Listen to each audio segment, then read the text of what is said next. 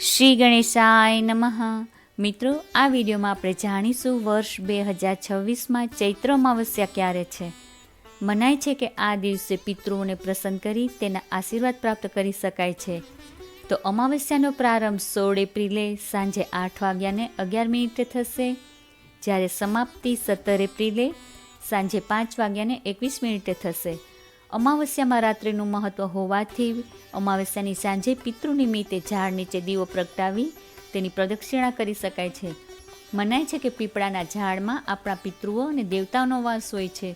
જ્યારે ઉદયતિથિ પ્રમાણે 17 એપ્રિલે દાન પુણ્ય કાર્ય અને વ્રત કરવાનું રહેશે, તેમજ પિતૃઓ માટે તર્પણ કાર્ય કરી શકાય. પવિત્ર નદીમાં પિતૃ નિમિત્તે સ્નાન દાન કરવું શુભ મનાય છે, જેમાં અન્નદાન જળદાનનું વિશેષ મહત્વ છે. તેમજ બ્રાહ્મણોને ભોજન સીધું આપી અને ભૂખ્યા અને જરૂરિયાતમંદોને અન્નદાન કરી પિતૃકૃપા મેળવી શકાય છે. ધન્યવાદ.